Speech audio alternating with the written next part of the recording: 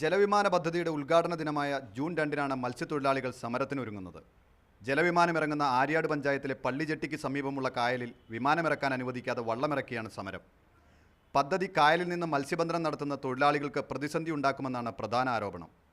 വേമ്പനാട്ട് കായലിൽ വിമാനമിറങ്ങുന്ന ഭാഗത്തു നിന്ന് മീൻ പിടിച്ചും കക്കവാരിയും ജീവിക്കുന്ന നൂറുകണക്കിന് കുടുംബങ്ങളുണ്ട്. ജലവിമാനം വന്നാൽ ഇവർക്ക് കായലിൽ മത്സ്യബന്ധനത്തിന് ഇറങ്ങാൻ കഴിയാതെയാകും. ഇറങ്ങുന്നതിന് മുന്നോടിയായി വിമാനം കായലിന് മുകളിൽ കിലോമീറ്ററുകളോളം താഴ്ന്നു പറക്കും. മുഹമ്മ, കഞ്ഞിക്കുഴി, മാരാരിക്കുളം, മണ്ണഞ്ചേരി പഞ്ചായത്തുകളിലെ കായലിന് മുകളിലൂടെയാണ് താഴ്ന്നു പറക്കുന്നത്. ഇതും പ്രശ്നമുണ്ടാക്കുമെന്ന് കോർഡിനേഷൻ കമ്മിറ്റി നേതാക്കൾ പറഞ്ഞു.